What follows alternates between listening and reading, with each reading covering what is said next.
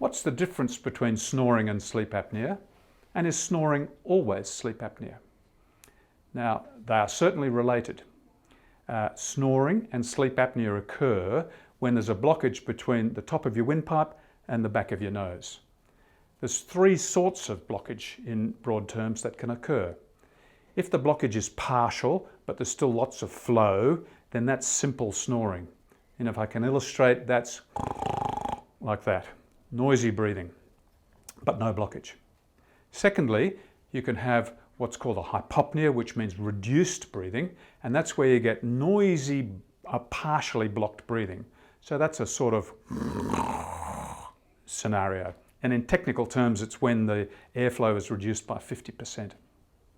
Or you can have a complete blockage where the airway closes over altogether, perhaps after a period of simple snoring or hypopnea. So it might start out as simple snoring, go to a hypopnea and end up in an apnea. So that's a